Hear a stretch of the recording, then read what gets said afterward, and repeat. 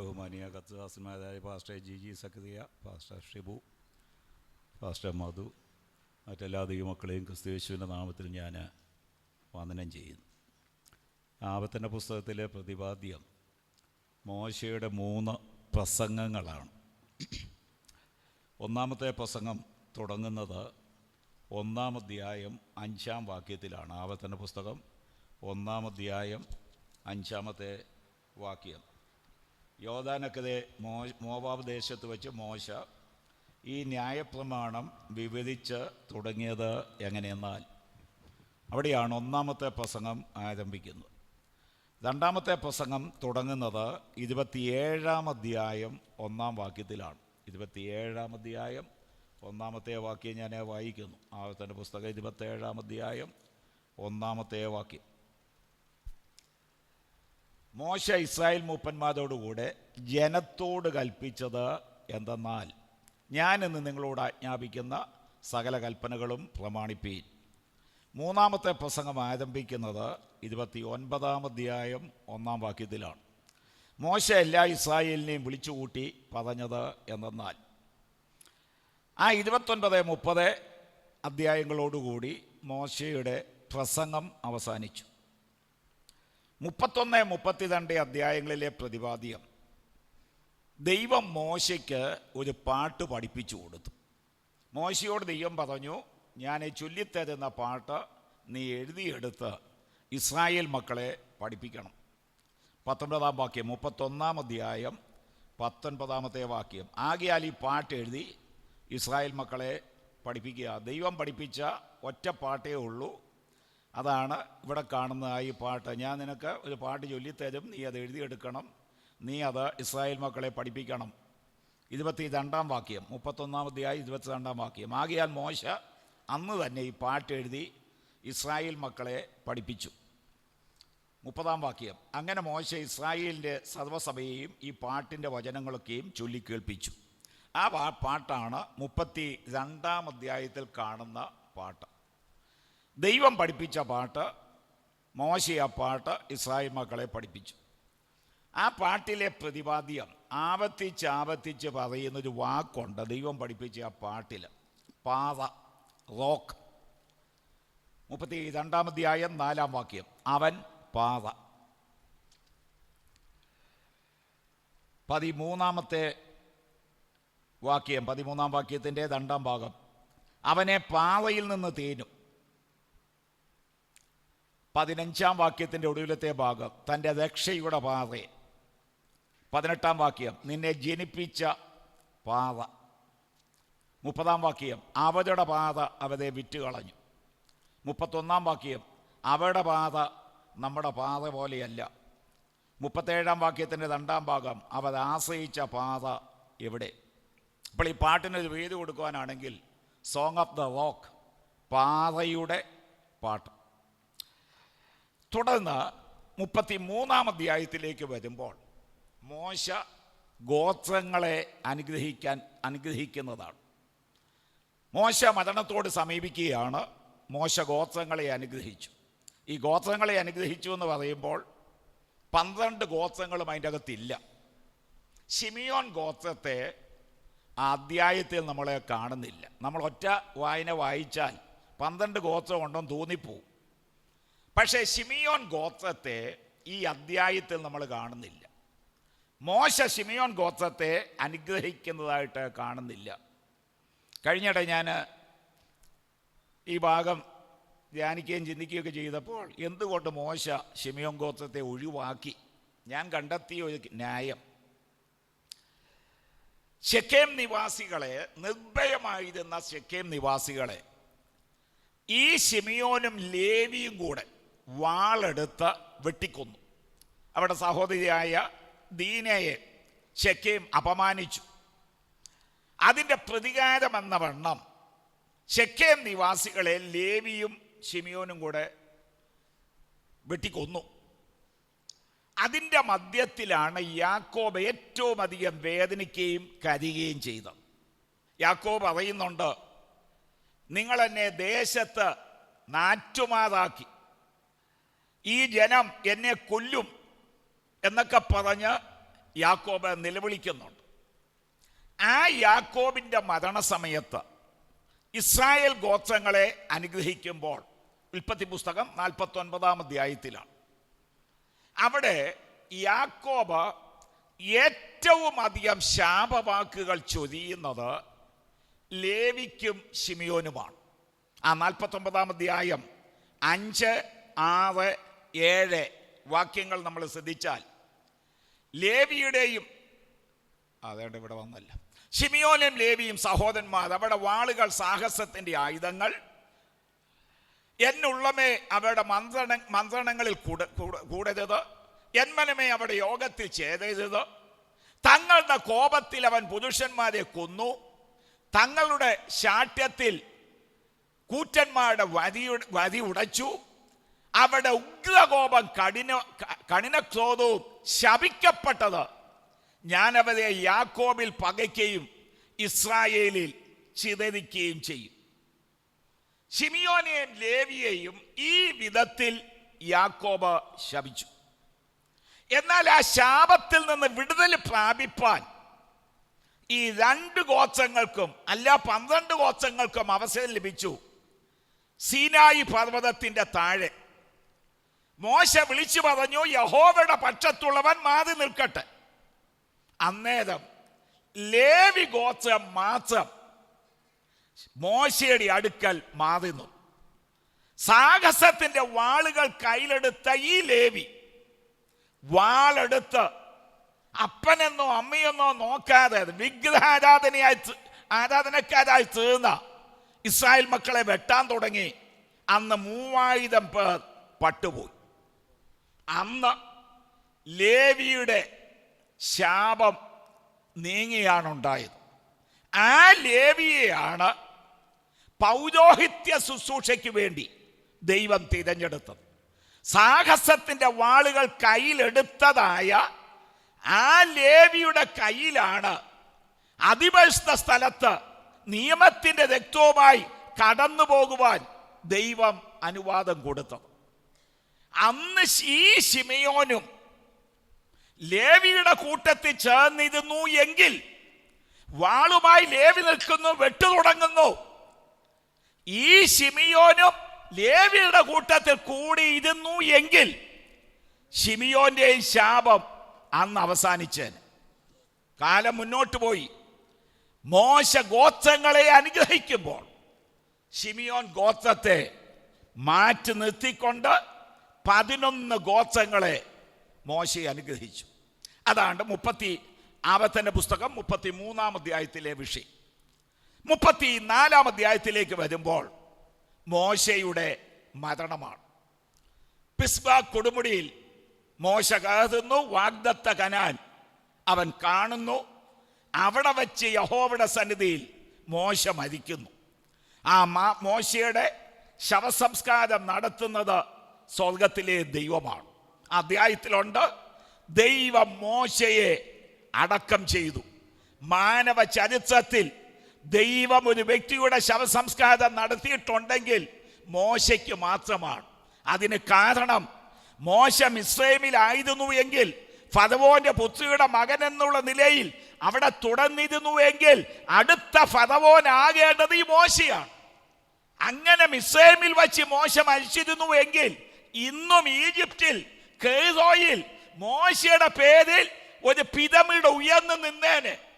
അക്കാലത്ത് ഒരു വ്യക്തിക്ക് കിട്ടാവുന്നതിലും വെച്ച് ഏറ്റവും വലിയ ശവമടക്ക് കിട്ടുന്നത് മിസ്രൈമിലെ ഫറവോന്മാർക്കാണ്.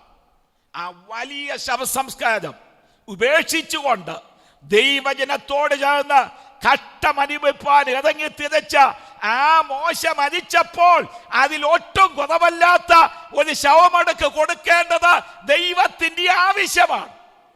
നമ്മൾ കർത്താവിന് വേണ്ടി എന്തെങ്കിലും ഉപേക്ഷിച്ചിട്ടുണ്ടെങ്കിൽ, കർത്താവിന്റെ മുഖം നോക്കി അതിനെ തിരിച്ചിട്ടുണ്ടെങ്കിൽ, മറ്റുള്ളവരുടെ മുമ്പാകെ ദൈവം നമ്മളെ ഉയർത്തുന്നവനാണ്. അതിനെല്ലാ സാക്ഷികളാണ് ഇവിടെ നിൽക്കുന്ന ഞാനും നിങ്ങളും. കാരണം ദൈവം ആർക്കും കടക്കാരനല്ല. ഒരു വലിയ ശവമടക്ക് ഉപേക്ഷിച്ച് ഇറങ്ങിപ്പുറപ്പെട്ട മോശയ്ക്ക് അതിനേക്കാൾ വലിയൊരു ശവസംസ്കാരം സ്വർഗത്തിലെ ദൈവം കൊടുത്തു. ദൈവം ഇറങ്ങി വരുമ്പോൾ ദൈവം ഒറ്റയ്ക്കല്ല, കോടി കോടി ദൂതന്മാർ ഇറങ്ങി വരും, വൈണികന്മാർ പാട്ടുപാടും. അവിടെ മധ്യത്തിൽ വച്ചാണ് ദൈവം തൻ്റെ തൃക്കൈകൾ കൊണ്ട് ആ നെബോ പർവ്വതത്തിൽ മോശയുടെ ശവസംസ്കാരം നടത്തുന്നത്.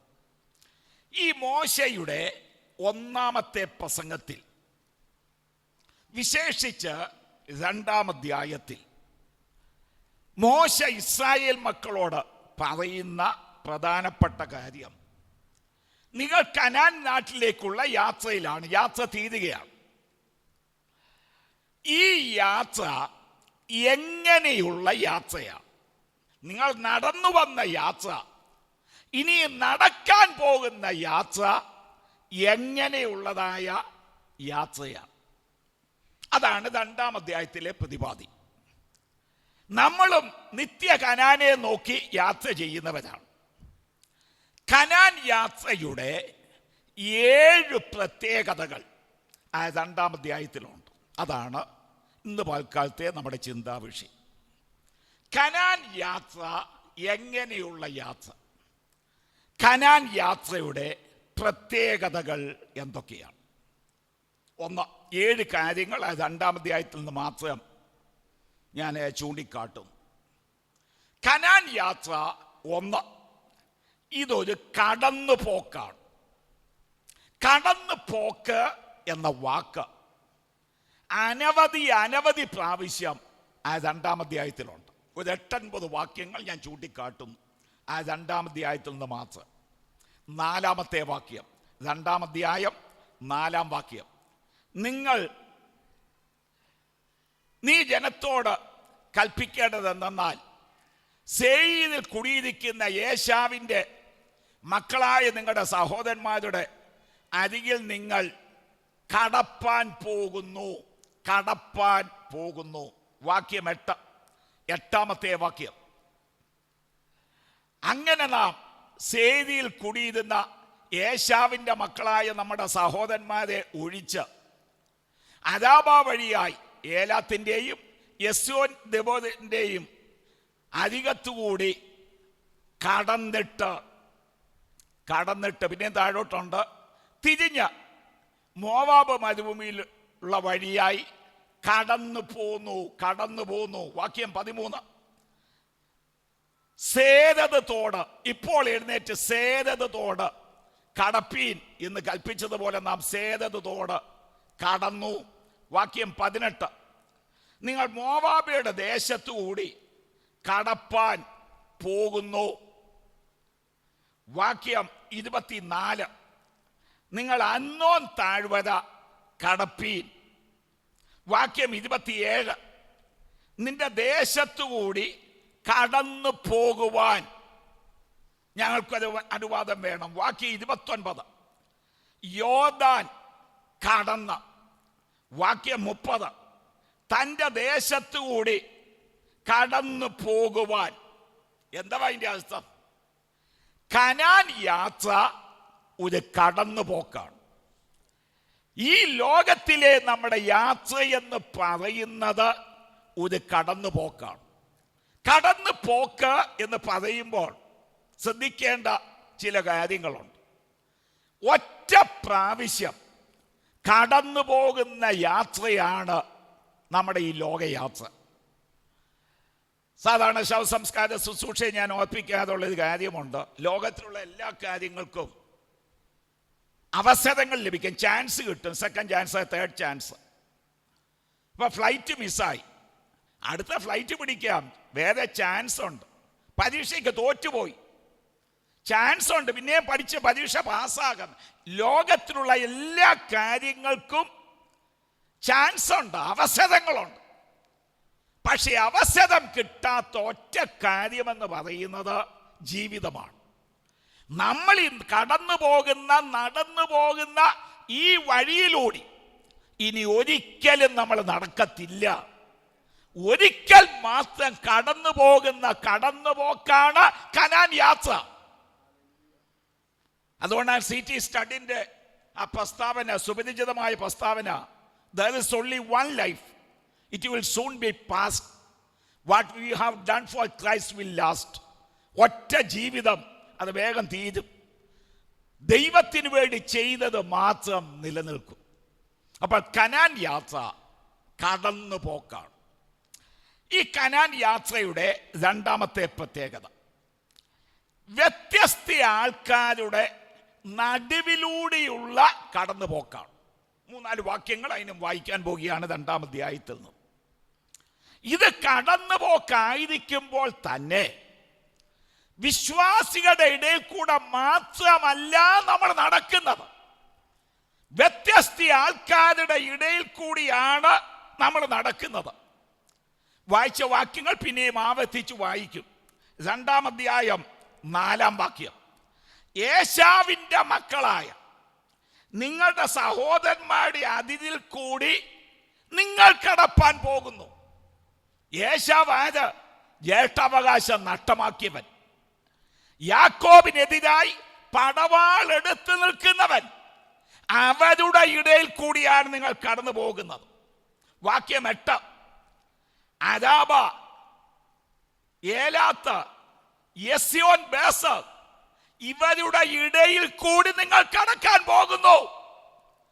വാക്യം 18, മോവാബ്യതയുടെ ദേശത്തുകൂടി നിങ്ങൾ കടപ്പാൻ പോകുന്നു. ഇന്ന് നിങ്ങൾ ആരെന്ന മോവാബ് ദേശത്തുകൂടി കടപ്പാൻ പോകുന്നു. അപ്പോൾ ഈ കടന്നു പോക്ക് വ്യത്യസ്ത ആൾക്കാരുടെ ഇടയിൽ കൂടിയുള്ളതായ കടന്നുപോക്കാണ്. അങ്ങനെ കടന്നു പോകുമ്പോൾ അവരിൽ നിന്ന് നല്ല സാക്ഷ്യം പ്രാപിച്ച് കടന്നു പോകുവാൻ നമ്മൾ ശ്രദ്ധിക്കുന്നു. അബ്രഹാമിനെ പറ്റി ദേശനിവാസികൾ പറഞ്ഞത്, ഹിത്യർ പറഞ്ഞത്, നീ ഞങ്ങളുടെ ഇടയിൽ ദൈവത്തിന്റെ പ്രഭുവാണ്. ഉൽപ്പത്തി പുസ്തകം 23-ാം അധ്യായം 5-6 വാക്യങ്ങളാണ്. കുറച്ചു നാൾ അബ്രഹാം ഹിത്യയുടെ ഇടയിൽ കൂടി കടന്നു പോകുമ്പോൾ അവർക്ക് പറയാൻ കഴിയുന്നത്, നീ പ്രഭുവാണ്, നീ ദൈവത്തിന്റെ പ്രഭുവാണ്. ശൂന്യകാലത്തി കൂടെ കൂടെ വന്നു പോകുന്ന എലീശായെ പറ്റി പറഞ്ഞത്, നമ്മുടെ വഴിയായി കൂടെ കൂടെ കടന്നു പോകുന്ന ഈ ആൾ, അവള് പ്രവാചകനെന്നോ ദൈവദാസനോ എന്നൊന്നും അല്ല പറയുന്നത്. ഈ ആൾ ഒരു സാധാരണ വ്യക്തി. അങ്ങനെ മാത്രമാണ് ശൂന്യകാലത്ത് എലീശായെ ആദ്യം മനസ്സിലാക്കിയത്. കൂടെ കൂടെ കടന്നു പോകുന്ന ഈ ആൾ വിശുദ്ധനായ ദൈവപുരുഷൻ എന്ന് ഞാൻ അറിയുന്നു. ഒരു സ്ത്രീ ഒരു പുരുഷനെ പറ്റി പറയുന്ന സാക്ഷ്യം 100% ശരിയാണ്. ഈ പുരുഷനെ പറ്റി പറയുന്ന സാക്ഷ്യം 100% ശരിയാകണമെന്നില്ല. സ്ത്രീയെ പറ്റി പറയുന്ന സാക്ഷ്യം അത് ഒട്ടും ശരിയാകണമെന്നില്ല. പക്ഷെ ഒരു സ്ത്രീ പുരുഷനെ പറ്റി പറഞ്ഞ സാക്ഷ്യം 100% ശരിയാണ്. കണ്ണടച്ച് വിശ്വസിക്കുക. അപ്പോൾ ഈ ശൂന്യകാലത്തി പറയുന്നു, നമ്മുടെ വഴിയായി കടന്നു പോകുന്ന ഈ ആൾ വിശുദ്ധനായ ദൈവപുരുഷനാണ്. അപ്പോൾ വ്യത്യസ്ത ആൾക്കാരുടെ ഇടയിൽ കൂടിയുള്ളതായ കടന്നു പോക്കാണ്. അത് മനസ്സിലാക്കി നമ്മൾ സൂക്ഷ്മതയോടെ നമ്മൾ ജീവിതം ക്രമീകരിച്ചു പോകുന്നു. ഇനി 3, കനാൻ യാത്രയുടെ 3-ാമത്തെ പ്രത്യേകത, ഏറ്റവും സൂക്ഷിക്കേണ്ട യാത്രയാണ്. സൂക്ഷിക്കുക എന്ന പദമല്ല അവിടെ ഉപയോഗിച്ചിരിക്കുന്നത്, ഏറ്റവും സൂക്ഷിക്കേണ്ടതായ യാത്ര. വാക്യം 4 പിന്നെയും വായിക്കുന്നു. 4-ാം വാക്യം, അവ നിങ്ങളെ പേടിക്കും, ആകിയാൽ ഏറ്റവും സൂക്ഷിച്ചുകൊള്ളുക. ഏറ്റവും സൂക്ഷിച്ചുകൊള്ളുക. അപ്പോൾ ഈ കനാൻ യാത്രയിൽ വളരെയധികം സൂക്ഷ്മത ആവശ്യമാണ്. തെറ്റിക്കുന്ന ലോകത്തിൽ, ചതിക്കുഴികളുള്ള ലോകത്തിലാണ് നമ്മൾ ജീവിക്കുന്നത്. അവിടെ ഏറ്റവും സൂക്ഷിച്ച് സൂക്ഷ്മതയോടുകൂടി ഈ യാത്ര നയിക്കണം, ഈ കടന്നുപോക്ക് നയിക്കണം. ഈ സൂക്ഷിക്കുക എന്ന പദം പല കാര്യങ്ങളിലും വിശുദ്ധ ബൈബിളിൽ ഉണ്ടെങ്കിലും ഈ പഴയ നിയമത്തിലും പുതിയ നിയമത്തിലും ആവർത്തിച്ച് പറഞ്ഞിരിക്കുന്നത് നാവിനോടുള്ള ബന്ധത്തിലാണ്. പഴയ നിയമത്തിൽ ധാരാളം വാക്യങ്ങളുണ്ട്. 39-ാം സങ്കീർത്തനം 1-ാം വാക്യം നമുക്കറിയാം. ദുഷ്ടൻ മുമ്പിലിരിക്കുമ്പോൾ നാവ് കടിഞ്ഞാണിട്ട് സൂക്ഷിക്കണം. ഇനി പുതിയ നിയമത്തിൽ വരുമ്പോൾ യാക്കോബിന്റെ ലേഖനം 3-ാം അധ്യായം 6-ാം വാക്യത്തിൽ അവിടെ ഈ നാവിനെ പറ്റി പറഞ്ഞിരിക്കുന്നു. ആ നാവിനെ സൂക്ഷിക്കണം. അപ്പോൾ സൂക്ഷിക്കേണ്ട ഏറ്റവും പ്രധാനപ്പെട്ട അവയവമെന്ന് പറയുന്നത് നാവാണ്. യാക്കോബിന്റെ ലേഖനത്തിൽ പറയുന്നത് അത് തീയാണെന്നാണ്. നാവ് ഒരു തീ തന്നെ. ഒരു യോഗത്തിൽ കർത്താസൻ പ്രസംഗിച്ചു, നാവ് ഈ തീ ആയതുകൊണ്ടാണ് ഇത് കത്താതിരിക്കാനാണ് വെള്ളത്തിലിട്ടേക്കുന്നത്. അതായത് ഉമിനീരിനകത്ത് ഈ നാവിനെ ഇടാൻ കാരണം ഇത് തീയാണ്, ഇത് കത്താതിരിക്കാൻ വെള്ളത്തിലിട്ടേക്കുക. അപ്പൊ കേട്ടോണ്ടിരുന്ന ഒരാൾ പറഞ്ഞു, പാസ്റ്ററെ അത് വെള്ളമല്ല, അത് പെട്രോളാണ്. അപ്പം ഈ പെട്രോളിനകത്തായാലും വെള്ളത്തിനകത്തായാലും നമ്മൾ ശ്രദ്ധിച്ചില്ലെങ്കിൽ ഇത് കത്തിച്ച് കളയും. അപ്പോൾ ഈ കനാൻ യാത്ര ഏറ്റവും സൂക്ഷിക്കേണ്ടതായ യാത്രയാണ്. 1, ഇതൊരു കടന്നുപോക്കാണ്. 2, വ്യത്യസ്ത ആൾക്കാരുടെ ഇടയിൽ കൂടിയുള്ള കടന്നുപോക്കാണ്. 3, ഏറ്റവും സൂക്ഷിക്കേണ്ടതായ യാത്രയാണ്. ഇനി 4, കനാൻ യാത്രയുടെ 4-ാമത്തെ പ്രത്യേകത, ആരെയും ഞെരുക്കാതെയും ആരോടും പടയെടുക്കാതെയും ഇരിക്കേണ്ട യാത്രയാണ്. ആ വാക്കാണ് പറഞ്ഞിരിക്കുന്നത്. അതിന് 3-4 വാക്യങ്ങൾ നമുക്ക് കാണാം. ആരെയും ഞെരുക്കാൻ പാടില്ല, ആരോടും പടയെടുക്കാൻ പാടില്ല. വാക്യം 5, 5-ാം വാക്യം, നിങ്ങൾ അവരോട് പടയെടുക്കരുത്. നിങ്ങൾ അവരോട് പടയെടുക്കരുത്. അവരുടെ ദേശത്ത് ഞാൻ നിങ്ങൾക്കൊരു കാൽ വെപ്പാൻ പോലും ഇടം തരികയില്ല. സെയീർ പർവ്വതം ഞാൻ ഏശാവിന് അവകാശമായി കൊടുത്തു. 9-ാം വാക്യം, മോവാബിയോടുള്ള ബന്ധത്തിലും പറഞ്ഞിരിക്കുന്നത് അവിടെ മോവാബ്യരെ ഞെരുക്കരുത്, അവരോട് പടയെടുക്കുകയും അരുത്.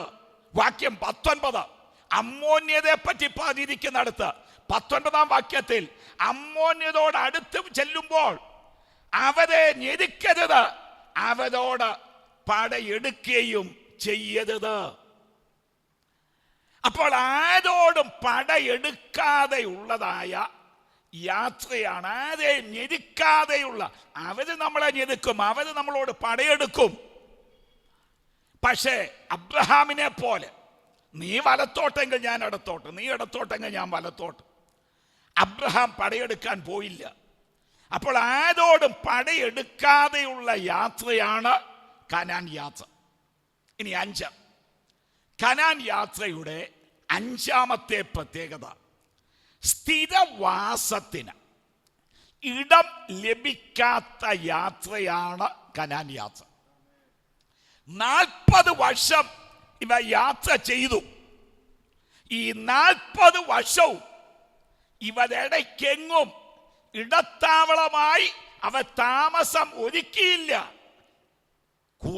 മേഘം പൊങ്ങുമ്പോൾ കൂടാരത്തിന്റെ കുറ്റിയഴിച്ച് അവ യാത്ര പുറപ്പെട്ടിരുന്നു. അപ്പോൾ ഈ ലോക യാത്രയിൽ, നമ്മുടെ കനാൻ യാത്രയിൽ ഇവിടെ നമുക്ക് സ്ഥിരവാസമില്ല. 2-3 വാക്യങ്ങൾ. വാക്യം 5 നേരത്തെ വായിച്ച വാക്യമാണ്. 2-ാം അധ്യായം 5-ാം വാക്യം, അവരുടെ ദേശത്ത് ഞാൻ നിങ്ങൾക്ക് ഒരു കാൽ വെപ്പാൻ പോലും ഇടം തരികയില്ല. വാക്യം 9, മോവാബിയുടെ ദേശത്ത് നിനക്കൊരവകാശം തരികയില്ല. വാക്യം 19, ഞാൻ അമ്മോനിയയുടെ ദേശത്ത് നിനക്ക് അവകാശം തരികയില്ല. നാം ഇവിടെ അന്യരാണ്, നമ്മളിവിടെ പരദേശികളാണ്, സിയോൻ യാത്രക്കാരാണ്. ഇവിടെ സ്ഥിരമായി നമ്മൾ പാർക്കാൻ വന്നവരല്ല. നമ്മൾ നിത്യനാടിനെ നോക്കി യാത്ര ചെയ്യുന്നവരാണ്. എന്നാൽ ഇവിടെ ദൈവം തരുന്ന ആനുകൂല്യങ്ങളാണ് നമ്മുടെ ജോലിയും കുടുംബവും വീടും വാഹനവും. ഇതെല്ലാം ദൈവം നമുക്ക് തരുന്ന ആനുകൂല്യങ്ങൾ മാത്രമാണ്. ദൈവം നമ്മളെ വിളിക്കുമ്പോൾ ഇതെല്ലാം ഉപേക്ഷിച്ച് നമ്മൾ ഇവിടം വിട്ട് പറന്നു പോകേണ്ടവരാണ്. അപ്പോൾ സിയോൻ യാത്ര ഇവിടെ സ്ഥിരവാസമുള്ള യാത്രയേ അല്ല. നമ്മുടെ നിത്യനാട് ഇവിടെയല്ല. ദൈവം നമുക്ക് വേണ്ടി ഒരു നഗരം ഒരുക്കിയിരിക്കുന്നു. ദൈവം നമുക്കൊരു വീട് ഒരുക്കിയിരിക്കുന്നു. ദൈവം നമുക്കൊരു പട്ടണം ഒരുക്കിയിരിക്കുന്നു. ദൈവം ഒരുക്കി എന്ന് പറയുന്ന 3 വാക്യങ്ങളുണ്ട്. അവൻ നമുക്കായി ഒരു രാജ്യം ഒരുക്കിയിരിക്കുന്നു. എബ്രായ ലേഖനത്തിൽ നമ്മൾ കാണും. 2, അവനൊരു നഗരം ഒരുക്കിയിരിക്കുന്നു. എബ്രായ ലേഖനം 11-ാം അധ്യായത്തിൽ. 3, അവൻ നമുക്കൊരു വീട് ഒരുക്കിയിരിക്കുന്നു. യോഹന്നാന്റെ സുവിശേഷം 14-ാം അധ്യായത്തിൽ. അപ്പൊ ദൈവം ഒരുക്കുന്ന രാജ്യം, ആ രാജ്യത്തിൽ ദൈവം ഒരുക്കുന്ന ഒരു പട്ടണം, ആ പട്ടണത്തിൽ ദൈവം നമുക്കായി ഒരുക്കിയിരിക്കുന്ന ഒരു നിത്യഭവനം, അതാണ് നമ്മുടെ നിത്യവാസം. അപ്പോൾ ഈ ലോകയാത്രയിൽ ഇവിടെ സ്ഥിരവാസം ഇല്ലാത്തതായ യാത്രയാണ്. ഇനി 6, കനാൻ യാത്രയുടെ 6ാമത്തെ പ്രത്യേകത, ആരോടും കടപ്പെട്ടിരിക്കാൻ പാടില്ലാത്ത യാത്രയാണ്. ആരോടും കടപ്പെട്ടിരിക്കാൻ പാടില്ല. അതിന് 2-3 വാക്യങ്ങൾ ആ അധ്യായത്തിൽ നോക്കാം. വാക്യം 6-ാം വാക്യം, നിങ്ങൾ അവരോട് ആഹാരം വിലയ്ക്ക് വാങ്ങി കഴിക്കണം, വെള്ളവും വിലയ്ക്ക് വാങ്ങി കഴിക്കണം. ഇനി 28-ാം വാക്യം, 28-ാം വാക്യം, നീ വിലയ്ക്ക് തരുന്ന ആഹാരം ഞാൻ കഴിക്കുകയും വിലയ്ക്ക് തരുന്ന വെള്ളം കുടിക്കുകയും ചെയ്തു കൊള്ളാം. കണ്ടു, ആരോടും കടപ്പെട്ടിരിക്കാൻ പാടില്ലാത്തതായ, ബാധ്യതയില്ലാതെ ജീവിക്കേണ്ട യാത്രയാണ് സിയോൻ യാത്ര. ആരോടും കടപ്പെട്ടിരിക്കാൻ പാടില്ല. 1-2 അനുഭവം ഞാൻ പറയാൻ. ചില നാളുകൾ മുമ്പ് റെയിൽവേ സ്റ്റേഷനിൽ ഒരാളെ ട്രെയിൻ കയറ്റി വിടാൻ ഞാൻ പോയി. അപ്പം പ്ലാറ്റ്ഫോമിൽ കയറണമെങ്കിൽ ഈ പ്ലാറ്റ്ഫോം ടിക്കറ്റ് എടുക്കണം. ഞാനന്ന് ടിക്കറ്റ് എടുത്തില്ല, പ്ലാറ്റ്ഫോം ടിക്കറ്റ്. മറ്റേ ആൾക്കാർ ട്രെയിൻ ടിക്കറ്റ് എടുത്തു. എന്നിട്ട് ഞാൻ പ്ലാറ്റ്ഫോമിൽ കയറി അദ്ദേഹത്തെ സീറ്റിലെല്ലാം ഇറക്കി തിരിച്ച് വീട്ടിൽ വന്നു. വീട്ടിൽ വന്നു കഴിഞ്ഞപ്പോഴാണ് കുറ്റബോധം വന്നത്. ഞാൻ പ്ലാറ്റ്ഫോമിൽ കയറി, പ്ലാറ്റ്ഫോം ടിക്കറ്റ് എടുത്തില്ല, റെയിൽവേ കളിപ്പിച്ചേക്കുക. പിന്നെ ചില മാസങ്ങൾ കഴിഞ്ഞ് ഞാൻ യാത്ര ചെയ്യാനായിട്ട് റെയിൽവേ സ്റ്റേഷനിൽ ചെന്നപ്പോൾ ആ ടിക്കറ്റും എടുത്തു, ഒരു പ്ലാറ്റ്ഫോം ടിക്കറ്റും അധികം എടുത്തു. എന്നിട്ട് ആ പ്ലാറ്റ്ഫോം ടിക്കറ്റും കളഞ്ഞു. നമ്മൾ ആരോടും കടപ്പെട്ടിരിക്കാൻ പാടില്ല, ആരോടും ബാധ്യത ഉണ്ടാക്കാൻ പാടില്ല. ഈ വർഷം കഴിഞ്ഞ വർഷം ആദ്യം നടന്നൊരു സംഭവം, വെമ്പായത്ത് നമ്മുടെ സഭയിൽ ഒരു ഡിസ്ട്രിക്ട് കൺവെൻഷൻ നടന്നു. അപ്പോൾ ശനിയാഴ്ച പകലത്തെ മീറ്റിങ്ങിന് എന്നെയാണ് ക്ഷണിച്ചത്. അപ്പം ഞാൻ ബസ്സിലാണ് പോയത്. 4-ാം ചിറയിൽ ബസ്സിൽ കയറി. ഈ ഇറങ്ങേണ്ട പോയിന്റ് എനിക്കറിയത്തില്ല, അവിടെ ചെല്ലുമ്പോൾ അറിയാം അവിടെ ഇറങ്ങേണ്ടത്. അപ്പം ഞാൻ കണ്ടക്ടറോട് പറഞ്ഞു, വെമ്പായം കഴിഞ്ഞാണെന്നും എനിക്കറിയാം. അപ്പം ഞാൻ ഈ കണ്ടക്ടറോട് പറഞ്ഞു, വെമ്പായം കഴിഞ്ഞുള്ള ആ പോയിന്റില്ല എനിക്ക് ഇറങ്ങേണ്ടത് പറഞ്ഞു. അപ്പോൾ അദ്ദേഹം എനിക്ക് ടിക്കറ്റ് തന്നു. ഞാൻ വെമ്പായം കഴിഞ്ഞ് ഇറങ്ങേണ്ട പോയിന്റ് നോക്കി ഇങ്ങനെ വരിക. അവിടെ എത്തിയപ്പോൾ ഞാൻ ഇറങ്ങാൻ തുടങ്ങിയപ്പോൾ ആ കണ്ടക്ടർ മാന്യനായ മനുഷ്യനാണ്, പലതും ഇറങ്ങാനുണ്ടാകും. എൻ്റെ ചെവിയിൽ പതുക്കെ പറഞ്ഞു. അപ്പം ഞാൻ സ്റ്റെപ്പ് ഇറങ്ങുക. അങ്ങേ സ്റ്റോപ്പിലായിരുന്നു ഇറങ്ങേണ്ടി ഇരുന്നത്. ഇപ്പം എന്തോ അബദ്ധം പറ്റിയെന്ന് എനിക്ക് മനസ്സിലായി. എന്താണെന്ന് എനിക്ക് പിടിയും കിട്ടിയില്ല. ഞാൻ പെട്ടെന്ന് ഇറങ്ങി മീറ്റിങ്ങിന് ചെന്നു. ചെന്ന ഉടനെ ആ നാട്ടുകാരോട് ഇടപെടലോട് ചോദിച്ചു, വെമ്പായം കഴിഞ്ഞാൽ അടുത്ത ഫേർ പോയിന്റ് ഏതാണെന്നോ. അപ്പം പറഞ്ഞു, സാറേ ഇതിൻ്റെ ഇങ്ങോട്ട് വന്ന വഴിക്ക് അതിൻ്റെ അങ്ങേ പോയിൻ്റാണ് കൊപ്പം എന്ന് പറയും, അതാ പോയിന്റ്. അത് കഴിഞ്ഞാൽ പിന്നത്തെ ഫേർ പോയിൻ്റാണ്. അപ്പം ടിക്കറ്റ് എടുക്കുമ്പോഴോ അത് കൊപ്പം കഴിഞ്ഞുള്ള പോയിൻ്റാണ്, പിതപ്പംകോട് ടിക്കറ്റ് എടുക്കേണ്ടിയിരുന്നു. അപ്പോൾ ഇറങ്ങേണ്ട സ്ഥാനത്ത് ഞാൻ ഇറങ്ങാതെ ഒരു പോയിന്റ് മാറി ഇറങ്ങി. അപ്പം ട്രാൻസ്പോർട്ട് ഞാൻ കളിപ്പിച്ചേച്ചിരിക്കുക. ഞാൻ മീറ്റിംഗ് എല്ലാം കഴിഞ്ഞ് ഉച്ച കഴിഞ്ഞ് തിരിച്ച് ബസ്സിൽ കയറിയപ്പോൾ ഞാൻ കണ്ടക്ടറോട് പറഞ്ഞു, ഒരു 4-ാം തീയതി ടിക്കറ്റും വേണം, ഒരു മിനിമം ടിക്കറ്റും വേണം. അപ്പം എന്താ വന്ന അദ്ദേഹത്തെ ബോധിപ്പിക്കണമല്ലോ. ഞാൻ പറഞ്ഞു രാവിലെ ഇങ്ങോട്ട് വന്നപ്പോൾ അപ്പുറത്ത് കൊപ്പത്തായിരുന്നു ഇറങ്ങേണ്ടത്, എനിക്കറിയാൻ വയ്യായിരുന്നു, ഞാൻ ഇവിടെ ഇറങ്ങിയത്, അതിനായി മിനിമം ടിക്കറ്റ് എന്ന് പറഞ്ഞു. അപ്പോൾ അദ്ദേഹം എന്നോട് പറഞ്ഞു വേണോന്ന് ചോദിച്ചു. ഞാൻ പറഞ്ഞു വേണം. അപ്പം ടിക്കറ്റ് തന്നില്ല. വേറെ കുറച്ച് പേര് കയറാനുണ്ടായിരുന്നു, അവർക്കെല്ലാം ടിക്കറ്റ് കൊടുത്തേച്ച് പിന്നെ എൻ്റെ അടുത്ത് വന്നേച്ച് ചോദിക്കുക വേണോ. ഞാൻ പറഞ്ഞു വേണം.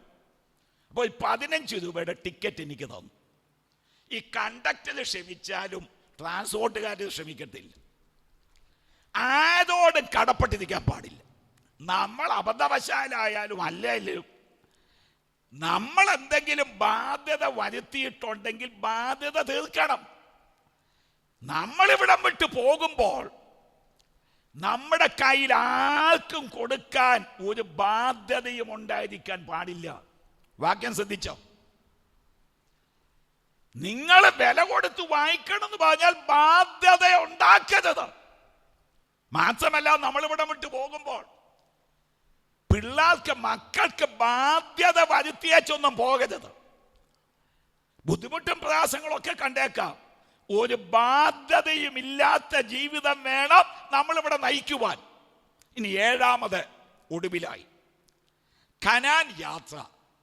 യഹോവ കൂടെ ഇരിക്കുന്ന യാത്രയാണ്. വാക്യം 7ാമത്തെ വാക്യം. ഈ മഹാമരുഭൂമിയിൽ, ആ പദങ്ങൾ ശ്രദ്ധിച്ചോണം, ഈ മരുഭൂമിയിൽ നീ സഞ്ചരിക്കുന്നത് അവൻ അറിഞ്ഞിരിക്കുന്നു. ഈ 40 വർഷം നിന്റെ ദൈവമായ യഹോവ നിന്നോട് കൂടെ ഇരുന്ന് നിനക്ക് യാതൊന്നിനും മുട്ടു വന്നിട്ടില്ല. ദൈവത്തിനറിയാം നമ്മൾ നടക്കുന്നത് കേവലം മരുഭൂമിയല്ല, മഹാമരുഭൂമിയാണ്. നിന്റെ മരുഭൂമിയുടെ കാഠിന്യം മനസ്സിലാക്കുന്നവനാണ് നിന്നെ വിളിച്ചിറക്കിയത്. ഈ മരുഭൂമിയിൽ അവൻ നമ്മളെ ഒറ്റയ്ക്ക് വിട്ടിട്ടില്ല, ഇനി ഒറ്റയ്ക്ക് വിടത്തുമില്ല. അവൻ നമ്മളോടുകൂടെയുണ്ട്. തിരിഞ്ഞു നോക്കിയാൽ ഏതെങ്കിലും തിരിച്ച നാൾ മുതൽ ഇതുവരെ ദൈവം നമ്മളോടുകൂടെ ഉണ്ടെങ്കിൽ നിത്യനാട്ടിലെത്തുന്നിടം വരെ, ലക്ഷ്യസ്ഥാനത്തെത്തുന്നിടം വരെ ദൈവം നമ്മോടുകൂടെ ഉണ്ട്. അവൻ നമ്മളെ ഒരു നാൾ ഉപേക്ഷിക്കുന്നവനല്ല, തള്ളിക്കളയുന്നവനുമല്ല. പത്രോസിലേഖനത്തിലെ വാക്യമാണ്, ഞാൻ നിന്നെ ഒരു നാളും കൈവിടുകയില്ല, ഉപേക്ഷിക്കുകയുമില്ല. വേദപണ്ഡിതന്മാരുടെ അഭിപ്രായത്തിൽ മൂലഭാഷയിൽ ഒരു നാളും എന്നുള്ളത് 4 പ്രാവശ്യം ഉണ്ടെന്നാണ്. ഞാൻ നിന്നെ ഒരു നാളും ഉപേക്ഷിക്കത്തില്ല, തള്ളിക്കളയത്തില്ല. ഇത്രയും വലിയ വാഗ്ദത്തം ദൈവം നമുക്ക് തന്നിട്ടുണ്ട്. ഇസ്രായേൽ മക്കളെ ദൈവം വിളിച്ചു വേർതിരിച്ച് ആ 40 വർഷം നടത്തിയപ്പോൾ, ആ ജനം അവിശ്വസ്തരായപ്പോഴും ദൈവം വിശ്വസ്തനായി അവരോട് കൂടെ ഇരുന്ന് അവരെ നടത്തി കനാൻ നാട്ടിൽ എത്തിച്ചെങ്കിൽ, ദൈവമക്കളെ അവൻ നമ്മളെ ഏകതായി വിടുന്നവനല്ല, ഉപേക്ഷിക്കുന്നവനല്ല. നമ്മുടെ യാത്ര മഹാമരുഭൂമിയാണ്. ആ ചൂടിൻ്റെ കാഠിന്യം നന്നായി അറിയുന്നവൻ. ഇസ്രായേൽ മക്കളെ വിളിച്ച് വേർതിരിക്കുമ്പോൾ അവർക്കറിയത്തില്ലായിരുന്നു ഈ മരുഭൂമിയിൽ കൂടിയൊക്കെയാ യാത്രയെന്ന്. പെട്ടെന്നങ്ങ് ചെല്ലുമെന്നൊക്കെയാ ഇവർ പ്രതീക്ഷിച്ചത്. റബേക്ക എലിയാസാരിന്റെ വാക്ക് കേട്ട് ഇറങ്ങി തിരിച്ചതാണ് പദ്ദനാരാമിന്ന്. ഇസാക്കിന് വേണ്ടി ഒരു കനിയെ തിരഞ്ഞെടുക്കാൻ അബ്രഹാം എലിയാസാനെ പറഞ്ഞയച്ചു. അങ്ങനെ എന്ന് റബേക്കയെ കണ്ടെത്തുന്നു, വാക്കൊക്കെ കൊടുക്കുന്നു. അപ്പോൾ അപ്പനായ ബെദൂവേൽ, സഹോദരനായ ലാബാൻ എലിയാസാരിനോട് പറയുന്നുണ്ട്, ബാല 10 ദിവസം കൂടെ ഇവിടെ നിൽക്കട്ടെ. 10 ദിവസത്തെ കണക്കെന്തുവാന്ന് എനിക്കറിയത്തില്ല. ഒരു 10 ദിവസം കൂടെ നിൽക്കട്ടെ. ചിലപ്പം ഈ ചൂടിൻ്റെ കാഠിന്യമൊക്കെ ചിലപ്പോൾ അപ്പോഴത്തേക്കും കുറയുമായിരിക്കും. എലിയാസാര് പറഞ്ഞ് 10 ദിവസം പോയിട്ട് ഒറ്റ ദിവസം പോലും ഇവിടെ നിൽക്കത്തില്ല, ഇന്ന് തന്നെ ഞങ്ങളെ യാത്ര അയക്കണം. അപ്പോൾ ഈ ലാബാനും ബെദുവേലും പറഞ്ഞു, അങ്ങനെയാണെങ്കിൽ നമുക്ക് ബാലിയോട് ചോദിക്കാം. അപ്പൊ ഈ തർക്കം വന്നു. എലിയാസാർ പറഞ്ഞു ഇപ്പം പോകണം. അപ്പം പറയുന്നു 10 ദിവസം കഴിയട്ടെ. പിന്നെ സൊല്യൂഷൻ വേണമെങ്കിൽ ബാലയുടെ അഭിപ്രായം കേൾക്കണം, റബേക്കയോട് ചോദിച്ചു, ഇയാൾ പറയുന്നു ഇപ്പം പോകണമെന്ന്, ഞാൻ പറയുന്നു 10 ദിവസം കഴിയട്ടെ. റബേക്ക കേൾക്കാത്ത താമസം, ഞാൻ ഇപ്പോൾ തന്നെ ഈ പുരുഷന്റെ കൂടെ പോകുന്നു. കാരണം തൻ്റെ മണവാളിനെ പറ്റിയുള്ള വർണ്ണന കേട്ടപ്പോൾ, ഇസാക്കിന്റെ വർണ്ണന കേട്ടപ്പോൾ, ആ ഭവനത്തിലെ കാര്യം കേട്ടപ്പോൾ, ഒരു ദിവസം മുമ്പേ ചെന്ന് കൈ കൊടുക്കുവാൻ വെമ്പുന്ന റബേക്ക. ഒട്ടകപ്പുറത്താ യാത്ര, 10 ഒട്ടകം. യാത്ര സുഗമമല്ല ഈ ഒട്ടകത്തിന്റെ പുറത്ത്. ഇറങ്ങി തിരിച്ചപ്പോഴാ മനസ്സിലായത് ചൂടേറിയ മരുഭൂമിയാണ്. നോക്കുവാൻ ഒരുത്തനേ ഉള്ളൂ, എലിയാസാർ. തിരിഞ്ഞു നോക്കാനോ തിരിഞ്ഞു നടക്കാനോ അഭിമാനം സമ്മതിക്കുന്നില്ല. അപ്പൻ തടഞ്ഞതാണ്, സഹോദരൻ തടഞ്ഞതാണ്. അത് വകയ്ക്കാതെയാണ് എലിയാസാദിന്റെ വാക്ക് കേട്ട് ഇറങ്ങി പുറപ്പെട്ടത്. എലിയാസാദിന് പറയാൻ ഒറ്റ വാചകമേ ഉള്ളൂ, മകളെ യാത്ര തീരും, യാത്ര തീരും. ചൂടേറിയ മരുഭൂമിയിൽ കൂടിയുള്ള യാത്ര, കഠിനമായ ആ മഹാമരുഭൂമിയിൽ കൂടിയുള്ള യാത്രയിൽ അവളെ ആശ്വസിപ്പിക്കുന്ന എലിയാസാദിന്റെ ശബ്ദം. ഒരു ദിവസം പൊട്ടിവിടുന്നപ്പോൾ എലിയാസാദ് പറഞ്ഞു, മകളെ ഇന്നുകൊണ്ട് യാത്ര അവസാനിക്കും. അന്ന് വൈകിട്ട് ധ്യാനിക്കാൻ ഇസഹാക്ക് വെളിമ്പ്രദേശത്ത് വന്നു. അവൻ തലപൊക്കി നോക്കി, ഒട്ടകപ്പുറത്തിരുന്ന റബേക്കയും തലപൊക്കി നോക്കി. ദീർഘനാളത്തെ യാത്ര അന്ന് അവസാനിച്ചു. ഇസഹാക്കിന് റബേക്ക കൈകൊടുത്തപ്പോൾ. അങ്ങനെയെങ്കിൽ ദൈവമക്കളെ, ഞാൻ നിങ്ങൾ നമ്മുടെ കർത്താവിനെ പറ്റിയുള്ള വർണ്ണന കേട്ടപ്പോൾ നമ്മൾ ഇറങ്ങി പുറപ്പെട്ടു. ആഴിയെ നോക്കാതെ, ആഴമാതായാതെ, വീട്ടുകാരുടെ തടസ്സം വകവയ്ക്കാതെ ഇറങ്ങി പുറപ്പെട്ടു. എന്നാൽ ഈ യാത്ര മരുഭൂമി ആയിരുന്നെന്ന് പിന്നീടാ മനസ്സിലായത്. പരിശുദ്ധാത്മാവാകുന്ന എലിയാസാർ, ആ പരിശുദ്ധാത്മാവിന്റെ സാന്ത്വന ശബ്ദമാണ് നമ്മളെ ധൈര്യപ്പെടുത്തി മുന്നോട്ട് നയിക്കുന്നത്. ഒരു ദിവസം എത്തും, നമ്മുടെ യാത്ര അവസാനിക്കും. അതുവരെ ദൈവം നമ്മോട് കൂടിയുണ്ട്.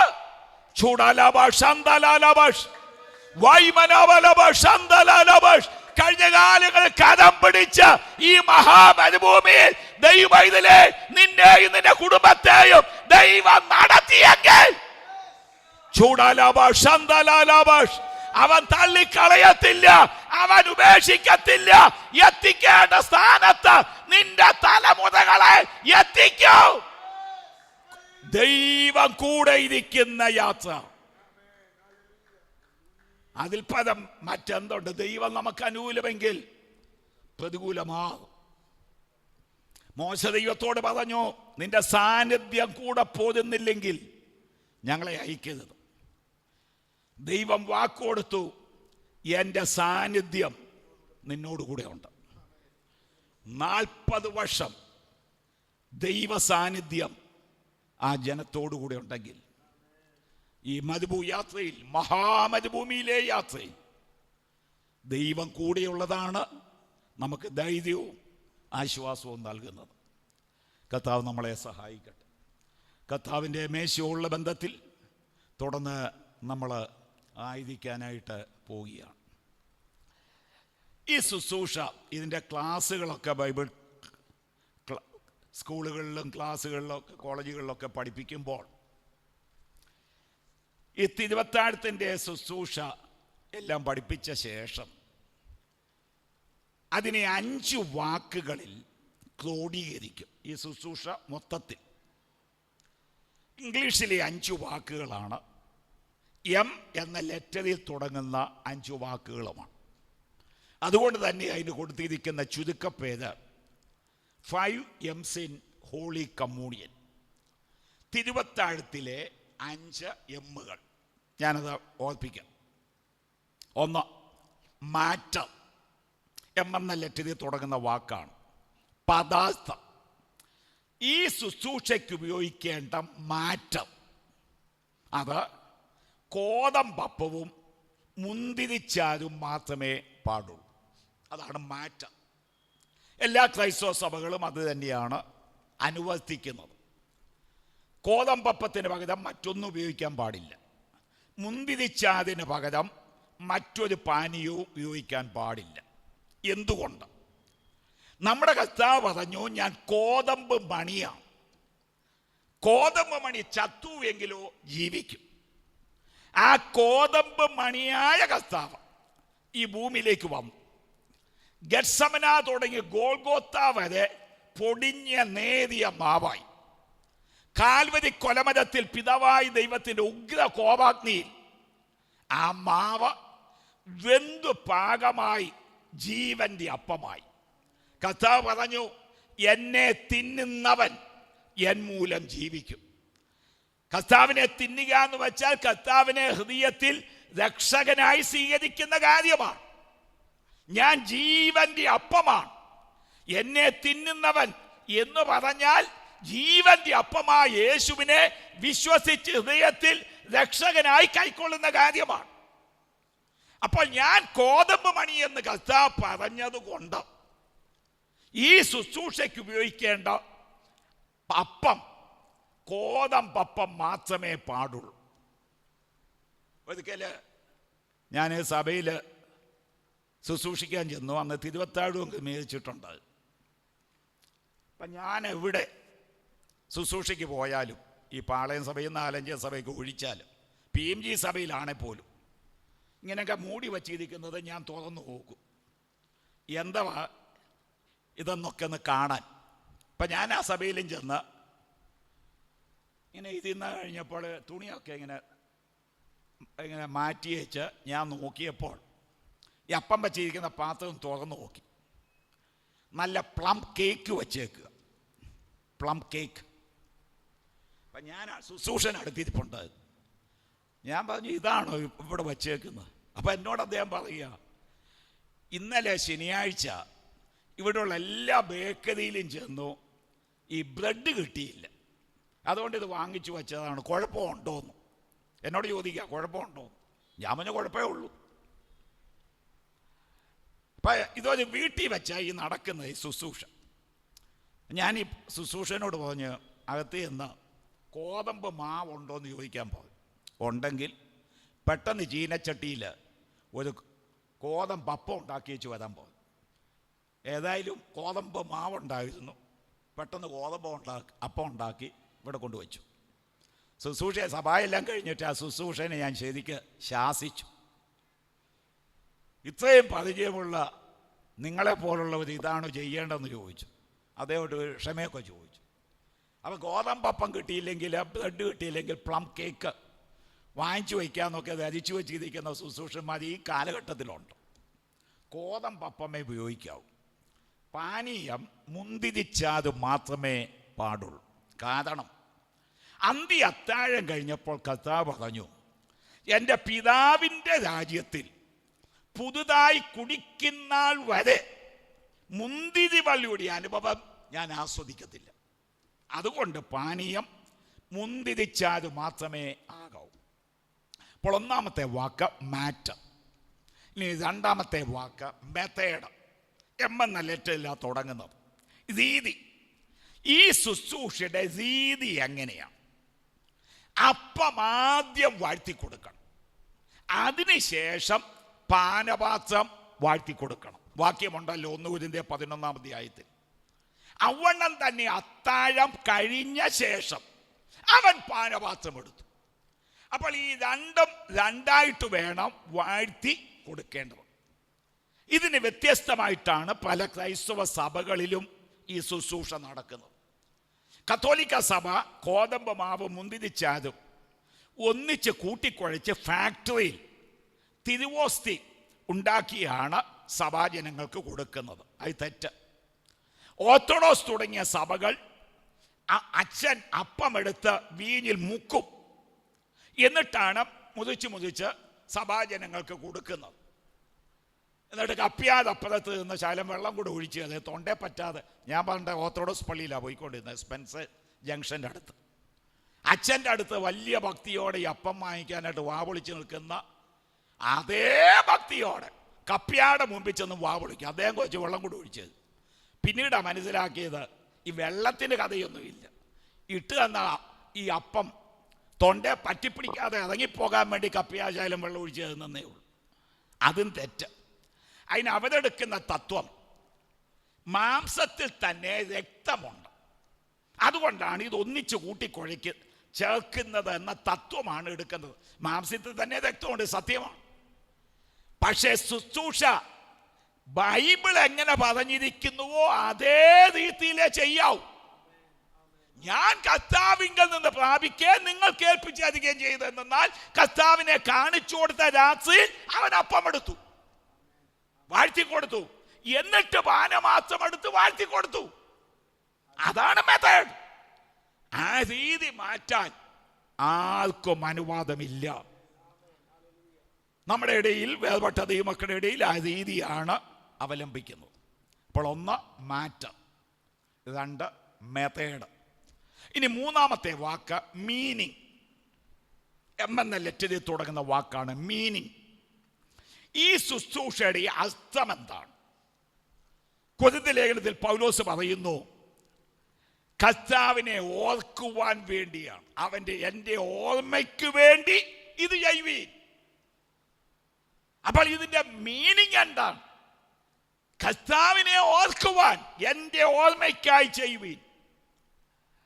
ഞാൻ വരുവോളം എൻ്റെ മരണത്തെ പ്രസ്താവിക്കുന്നു. അപ്പോൾ ഇതിന്റെ അർത്ഥം എന്താണ്? കർത്താവ് നമുക്ക് വേണ്ടി അനുഭവിച്ച കഷ്ടാനുഭവങ്ങളെ ഓർക്കുവാൻ. അപ്പം നുറുങ്ങപ്പെടും. അന്നേരം നമ്മുടെ മനസ്സിൽ വരേണ്ട ചിന്ത, ഇതുപോലെ യേശുവിന്റെ തങ്ക തിരുമേനി കാൽവരിയിൽ നുറുങ്ങപ്പെട്ടു, പകരപ്പെട്ട പാനപാത്രം ഇവിടെയുണ്ട്. അത് പാനം ചെയ്യുമ്പോൾ യേശുവിന്റെ മുതുകുകളിൽ കൂടി രക്തം ഒഴുകി, അതിൻ്റെ ഓർമ്മയ്ക്ക് വേണ്ടി. അതാണ് ഇതിന്റെ മീനിങ്. അപ്പോൾ ഈ ശുശ്രൂഷയുടെ അർത്ഥം കർത്താവ് നമുക്ക് വേണ്ടി അനുഭവിച്ച കഷ്ടാനുഭവങ്ങളെ ധ്യാനിക്കുവാൻ, ഓർക്കുവാൻ. ഇനി നാലാമത്തെ വാക്ക് മോട്ടീവ്. എം എന്ന ലെറ്ററിൽ തുടങ്ങുന്ന വാക്കാണ് മോട്ടീവ്, ലക്ഷ്യം. ഈ ശുശ്രൂഷയുടെ ലക്ഷ്യം എന്താണ്? കർത്താവിൻ്റെ വരവിന് വേണ്ടി ഒരുങ്ങുക.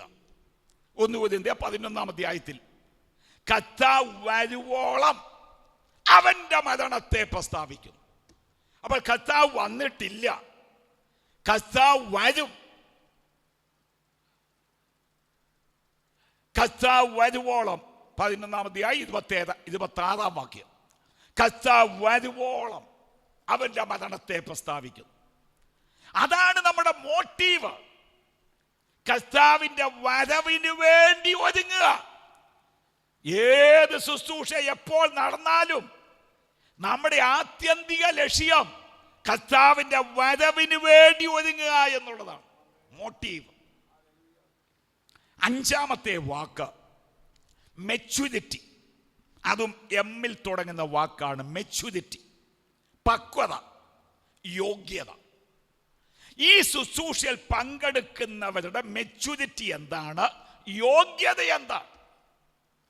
പെന്തിക്കോസ്ത് നാളിൽ പത്രോസ് എഴുന്നേറ്റ് നിന്നുകൊണ്ട് ദൈവസഭയുടെ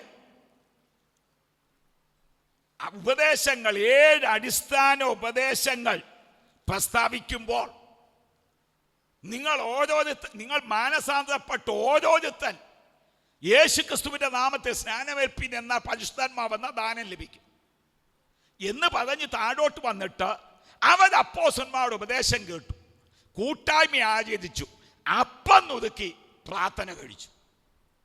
അപ്പോൾ അപ്പം നുറുക്ക് എവിടാ വന്നത്? മാനസാന്തരപ്പെട്ട് സ്നാനപ്പെട്ട് പരിശുദ്ധാത്മാഭിഷേകം പ്രാപിക്കുകയോ അതിൽ വിശ്വസിക്കുന്നവരോ. പരിശുദ്ധാത്മാവെന്ന ദാനമെന്നാ പറഞ്ഞേക്കുന്നത്. അപ്പോൾ ആ ദാനത്തിൽ വിശ്വസിക്കുന്നവർ, അപ്പോസ്തലന്മാരുടെ ഉപദേശം കേട്ട് കൂട്ടായ്മ ആചരിക്കുന്നവർ, അവരാണ് അപ്പം നുറുക്കേണ്ടത്.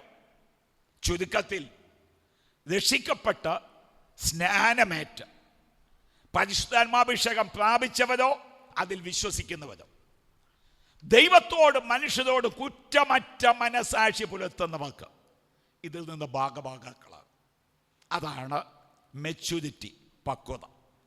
ഈ മേശ 7 വിധത്തിൽ മേശയാണ്. അതുകൂടെ ഓർപ്പിച്ച് ശുശ്രൂഷയിലേക്ക് കടക്കുന്നു. 1, ഇത് കർത്താവിൻ്റെ മേശയാണ്, ലോർഡ്സ് ടേബിൾ. 1 കൊരിന്ത്യർ 10-ാം അധ്യായം 21-ാം വാക്യം. 1 കൊരിന്ത്യർ 10:21. നിങ്ങൾക്ക് കർത്താവിൻ്റെ പാനപാത്രവും ഭൂതങ്ങളുടെ പാനപാത്രവും കുടിപ്പാൻ പാടില്ല, നിങ്ങൾക്ക് കർത്താവിൻ്റെ മേശയിലും. അപ്പോൾ 1, ഇത് ലോർഡ്സ് ടേബിൾ, കർത്താവിൻ്റെ മേശയാണ്. കർത്താവിൻ്റെ മേശയെന്ന് പറയാൻ കാരണം ഈ ശുശ്രൂഷ സ്ഥാപിച്ചത് കർത്താവാണ്. ഈ ശുശ്രൂഷയുടെ മോഡൽ കാണിച്ചു തന്നത് കർത്താവാണ്. ക്രൈസ്തവ സഭകളിൽ പല ശുശ്രൂഷകളുണ്ട്. ഇതായിട്ട് ഇന്നൊരു സഭായം നടക്കുക. ഇവിടെ ഇന്ന് സങ്കീർത്തനം വായിച്ചില്ല. ഇനി ഇത് കഴിഞ്ഞിട്ട് ഞാൻ താഴോട്ട് പോകും, അവിടെ സങ്കീർത്തന വായനയുണ്ട്. അപ്പം സങ്കീർത്തനം വായിക്കാതുള്ള സഭായവും സഭായവും, സങ്കീർത്തനം വായിച്ചുകൊണ്ടുള്ള സഭായവും. എല്ലാ സഭായത്തിനും സങ്കീർത്തനം വായിക്കണമെന്നൊന്നും പുസ്തകത്തിൽ എഴുതിയിട്ടില്ല. ചില സഭകളിൽ സാക്ഷ്യത്തിന് സമയം കൊടുക്കത്തില്ല. നിങ്ങൾക്ക് സമയം തന്നു, ചിലയിടത്ത് സമയം കൊടുക്കത്തില്ല. അതും സഭായോ. അപ്പം ഇപ്പം ശവസംസ്കാര ശുശ്രൂഷ നടക്കുന്നു. കുഴിയിലിറക്കി പിതാവിൻ്റെ പുത്രനെ പരിശുദ്ധാത്മാവിന്റെ നാമത്തിൽ സംസ്കരിച്ചു എന്ന് പറഞ്ഞ് 3 പ്രാവശ്യം മണ്ണിടുന്നു. ഈ മണ്ണിട്ടില്ലെങ്കിൽ അടക്കമാകത്തില്ല. മണ്ണിട്ടില്ലെന്ന് വെച്ച് ഇത് കാകളം നൊനിക്കുമ്പോഴത്തേക്കും എഴുന്നേക്കും. അപ്പം നമ്മൾ ഓരോ ശുശ്രൂഷകളൊക്കെ ഭംഗിയായിട്ട് ചിട്ടയായിട്ടൊക്കെ നടത്തുന്നതേ ഉള്ളൂ. പക്ഷെ ഇതല്ല. ഇത് നമ്മുടെ യുക്തിക്കനുസരിച്ച് ചിട്ടയായി നെയ്യാനുള്ളതല്ല. ഇത് കർത്താവ് സ്ഥാപിച്ച, കർത്താവ് മോഡൽ കാണിച്ച ശുശ്രൂഷയാണ്. ആ മോഡൽ പ്രകാരം മാത്രമേ ശുശ്രൂഷ ചെയ്യാവൂ. അതുകൊണ്ടാണ് ഈ മേശയെ കർത്താവിൻ്റെ മേശയെന്ന് പറഞ്ഞത്. അപ്പോൾ 1, ഈ മേശ കർത്താവിൻ്റെ മേശയാണ്. ഇനി 2, ഈ മേശ ടേബിൾ ഓഫ് ഫെലോഷിപ്പ്, കൂട്ടായ്മയുടെ മേശയാണ്. ആരുമായിട്ടുള്ള കൂട്ടായ്മ? കർത്താവുമായിട്ടുള്ള കൂട്ടായ്മ. 10-ാം അധ്യായം 16-ാം വാക്യം. 1 കൊരിന്ത്യർ 10:16. നാം അനുഗ്രഹിക്കുന്ന അനുഗ്രഹാർത്ഥം ക്രിസ്തുവിൻ്റെ രക്തത്തിൻ്റെ കൂട്ടായ്മ, കമ്മ്യൂണിയൻ. നാം നുറുക്കുന്ന അപ്പം ക്രിസ്തുവിൻ്റെ ശരീരത്തിൻ്റെ കൂട്ടായ്മ, കമ്മ്യൂണിയൻ. അപ്പോൾ 2, ഈ മേശ table of communion, communion with Christ, ക്രിസ്തുവുമായിട്ടുള്ള കൂട്ടായ്മയുടെ മേശയാണ്. 1, Lord's table. 2, table of communion, table of communion with Christ, ക്രിസ്തുവുമായിട്ടുള്ള കൂട്ടായ്മയുടെ മേശ. ഇനി 3, ഈ മേശ ടേബിൾ ഓഫ് യൂണിറ്റി, ഐക്യതയുടെ മേശയാണ്. 17-ാമത്തെ വാക്യം. 1 കൊരിന്ത്യർ 10:17. അപ്പം ഒന്നാകെ കൊണ്ട് ഒന്നായിരിക്കുന്നത് പോലെ പലതായ നാം ഒരു ശരീരമാകുന്നു. അപ്പോൾ വിശ്വാസികൾ തമ്മിലുള്ളതായ ഐക്യത പ്രദർശിപ്പിക്കുന്ന മേശയാണ് ഈ മേശ. വ്യത്യസ്ത കുടുംബങ്ങളിൽ വ്യത്യസ്ത മാതാപിതാക്കളുടെ മക്കളായി നമ്മളൊക്കെ ജനിച്ചു വളർത്തപ്പെട്ടു. പക്ഷേ ഈ മേശയുടെ മുമ്പിലായിരിക്കുമ്പോൾ നമ്മൾ ഒരപ്പൻ്റെ മക്കളാണ്, ഒരപ്പത്തിൻ്റെ അംശികളാണ്. നമ്മളെ ഒന്നാക്കുന്ന മേശയാണ് ഈ മേശ. 1, Lord's table. 2, table of communion. 3, table of unity. ഇനി 4, ഈ മേശ 4-ാമത് ടേബിൾ ഓഫ് റിമംബറൻസ്, ഓർമ്മയുടെ മേശയാണ്. 1 കൊരിന്ത്യർ 11-ാം അധ്യായം 24-ാം വാക്യം. അപ്പമെടുത്ത് സ്തോത്രം ചൊല്ലി നുറുക്കി, ഇത് നിങ്ങൾക്ക് വേണ്ടിയുള്ള എൻ്റെ ശരീരം, എൻ്റെ ഓർമ്മയ്ക്കായി ഇത് ചെയ്യുവീൻ. ടേബിൾ ഓഫ് റിമംബറൻസ്, കർത്താവിനെ ഓർക്കുക. കർത്താവ് നമുക്ക് വേണ്ടി അനുഭവിച്ച കഷ്ടാനുഭവങ്ങളെ ഓർക്കുന്ന ശുശ്രൂഷയാണ്. ഇനി 5, ഈ മേശ ടേബിൾ ഓഫ് ഹോപ്പ്, പ്രത്യാശയുടെ മേശയാണ്. Table of hope. വാക്യം 26. അങ്ങനെ നിങ്ങൾ ഈ അപ്പം തിരികെയും പാനപാത്രം കുടിക്കുകയും ചെയ്യുമ്പോഴൊക്കെയും കർത്താവ് വരുവോളം, അതാണ് നമ്മുടെ ഹോപ്പ്. കർത്താവ് വരും, നമ്മളെ ചേർക്കും, നമ്മുടെ കണ്ണിൽ നിന്ന് കണ്ണുനീരെല്ലാം തുടയ്ക്കും. ആ പ്രത്യാശ നൽകുന്ന മേശയാണ് ഈ മേശ, ടേബിൾ ഓഫ് ഹോപ്പ്. നമുക്ക് പ്രത്യാശയുണ്ട് കർത്താവ് വരുമെന്ന്. എന്നാൽ ഈ മേശയുടെ മുമ്പിലായിരിക്കുമ്പോൾ നമ്മുടെ പ്രത്യാശ ഒന്നും കൂടെ വർദ്ധിക്കുന്നു. ഇനി ഈ മേശ ടേബിൾ ഓഫ് ഹോളിനെസ്, വിശുദ്ധിയുടെ മേശയാണ്. വാക്യം 27-28. മനുഷ്യൻ തന്നെത്താൻ ശോധന ചെയ്തിട്ട് വേണേ അപ്പം തിന്നുകയും പാനപാത്രത്തിൽ നിന്ന് കുടിക്കുകയും ചെയ്യുവാൻ. തിന്നുകയും കുടിക്കുകയും ചെയ്യുന്നവൻ ശരീരത്തെ വിവേചിക്കാഞ്ഞാൽ. അപ്പോൾ ഇത് ശോധനയുടെ മേശ, വിശുദ്ധിയുടെ മേശ, ടേബിൾ ഓഫ് ഹോളിനെസ്. ഏഴാമത് ഒടുവിലായി ഈ മേശ ടേബിൾ ഓഫ് ജഡ്ജ്മെന്റ്, ന്യായവിധിയുടെ മേശയാണ്. വാക്യം 29. തിന്നുകയും കുടിക്കുകയും ചെയ്യുന്നവൻ ശരീരത്തെ വിവേചിക്കാഞ്ഞാൽ തനിക്ക് ശിക്ഷാവിധി തിന്നുകയും കുടിക്കുകയും ചെയ്യുന്നു. ഇതാണ് ഈ ശുശ്രൂഷയുടെ, ഈ മേശയുടെ 7 പ്രത്യേകതകൾ. ഈ മേശയുടെ തൊട്ട് മുമ്പിൽ നമ്മളായിരിക്കുമ്പോൾ നമ്മളെ തന്നെ ശോധന ചെയ്ത് ഇതിലേക്ക് കൈനീട്ടുവാൻ നമുക്കിടയാകണം. നമുക്ക് തലകളെ വണക്കാം, നമുക്ക് കണ്ണുകളെ അടയ്ക്കാം. ഈ മേശയിലേക്ക് കൈനീട്ടുവാൻ എൻ്റെ കൈകൾ വിശുദ്ധമോ. കർത്താവേ, എന്നെ ഒന്ന് കഴുകണമേ, എന്നെ വിശുദ്ധീകരിക്കണമേ എന്ന് നമുക്ക് ദൈവത്തോട് പ്രാർത്ഥിക്കാം. Hallelujah, hallelujah, hallelujah. ഒരു നിമിഷം നമ്മുടെ കണ്ണുകൾ ക്രൂശിലേക്ക് ഉയർത്താം. 2 കള്ളന്മാരുടെ നടുവിൽ 3 ആണിമേൽ അഖിലാണ്ടത്തിൻ്റെ ഉടയവൻ കിടക്കുകയാണ്. ഒരു ആണിയിൽ കള്ളൻ്റെത് തൂങ്ങിക്കിടക്കുന്നത് പോലെ അവൻ്റെ ബലം ഓട്ടുകഷ്ണം പോലെയായി. അവൻ്റെ കുടലിൻ്റെ നടുവേ ഉരുകിപ്പോയി. അവൻ്റെ നാവണ്ണാക്കോട് പറ്റിപ്പോയി. അവൻ്റെ ശരീരത്തിൽ ഒട്ടും ബലമില്ല. കണ്ടാൽ ആളല്ല എന്ന് തോന്നുമാതെ അവൻ വിരൂപനാണ്. കന്നത്താഞ്ഞടിച്ചിട്ടുണ്ട്, താടിരോമങ്ങൾ വലിച്ചു പതിച്ചിട്ടുണ്ട്, മുഖത്ത് കാക്കിച്ച് തുപ്പിയിട്ടുണ്ട്. ചാട്ടവാതാലുള്ള അടിയേറ്റ നീണ്ട ഉഴച്ചാലുകൾ അവൻ്റെ മുതുകിൽ വീണ് കിടപ്പുണ്ട്. വല്ലവന് സഹതാപം തോന്നുമോ നോക്കിക്കൊണ്ടിരുന്നു, അവൻ ആരെയും കണ്ടില്ല. ആശ്വസിപ്പിക്കുന്നതുണ്ടോ നോക്കിക്കൊണ്ടിരുന്നു, ആരും ഉണ്ടായിരുന്നില്ല. ബുഭിക്ഷതയോടെ അലതുന്ന സിംഹം പോലെ എല്ലാവരും വാവളിച്ചു നിൽക്കുന്നു. മനുഷ്യരെല്ലാം തള്ളിയപ്പോൾ തള്ളാത്ത പിതാവിലേക്ക് കണ്ണുയർത്തി. കണ്ട കാഴ്ച അതിലും ഭയാനകം. പിതാവ് പുത്രനെ ക്രൂശിൽ കൈവിട്ടു. എൻ്റെ ദൈവമേ, എൻ്റെ ദൈവമേ, നീയും കൂടി എന്നെ കൈവിട്ടുപോ. മനുഷ്യരാൽ തള്ളപ്പെട്ട് പിതാവിനാൽ ഉപേക്ഷിക്കപ്പെട്ട് നമ്മുടെ കർത്താവ് ഏകനായി ക്രൂശിൽ കിടക്കുന്നു. എന്തിന്? നമ്മൾ അനാഥരായി തീരാതെ വണ്ണം അവൻ്റെ മാർവോടണയ്ക്കുവാൻ ഒരു അനാഥനെ പോലെ അവൻ ക്രൂശിൽ കിടക്കുക. ഈ കാഴ്ച നമുക്ക് ഏതുമില്ലയോ? ഈ കർത്താവിനെ നമുക്ക് സ്നേഹിക്കാം. ക്രൂശിന്മേൽ, ക്രൂശിന്മേൽ